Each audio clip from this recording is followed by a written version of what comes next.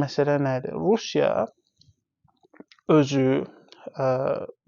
özünə qarşı millətçi dəstələri yaradır və bu Avropada fərqli aparılır. Azərbaycan və digər ölkələrdə fərqli aparılır. Misal üçün, NATO ölkələrində bu millətçi dəstələr demokratik dəstələri uzaqlaşdırmaq üçün fəaliyyət göstərir. Bunun üçün Rusiya millətçiləri dəstəkləyir.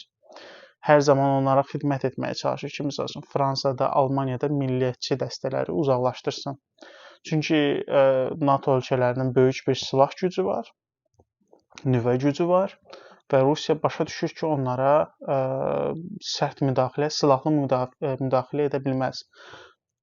Amma Azərbaycan kimi, Qazaxıstan kimi, Ukrayna kimi ölkələr, hansı ki, Rusiya asanlıqla silahlı müqavimət göstərə bilər onlara, müdaxilə edə bilər daha doğrusu. Bu ölkələrlə bağlı siyasət tamam başqa cürdür. Nəyə görə? Rusiya özünə qarşı olan dəstələri yaradır və özünə qarşı qaldırır, necə ki, bunu Ukraynada etdi və sonra da ora müdaxilə edir. Misal üçün, ölkə daxilində bir ajotaj yaradır.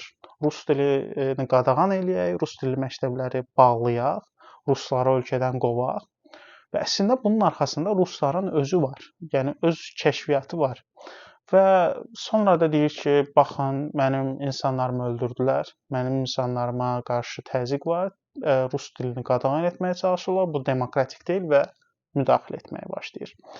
Azərbaycanda da bu ssenari baş verib. Misal üçün, 20 yanvar hadisələri baş verdiyi zaman və digər Sumqayıt hadisələri baş verdiyi zaman bunu yaradan hazırda müxalifətdə olan qüvvələr, özünü türkçə adlandıran qüvvələr, əslində isə Rusiya tərəfindən idarə olunan qüvvələr qəsdən bu vəziyyəti yaradırdı ki, Rusiya ordusu müqavimət göstərsin və müdaxilə etsin Azərbaycana.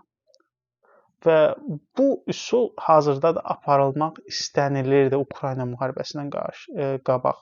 Və Ukrayna müharibəsindən qabaq Rusiya güclü olduğu müddətdə, yenə deyirəm, bunu dəfələrlə təkrarlayan müxalif qüvvələr Azərbaycanda nədənsə indi susublar.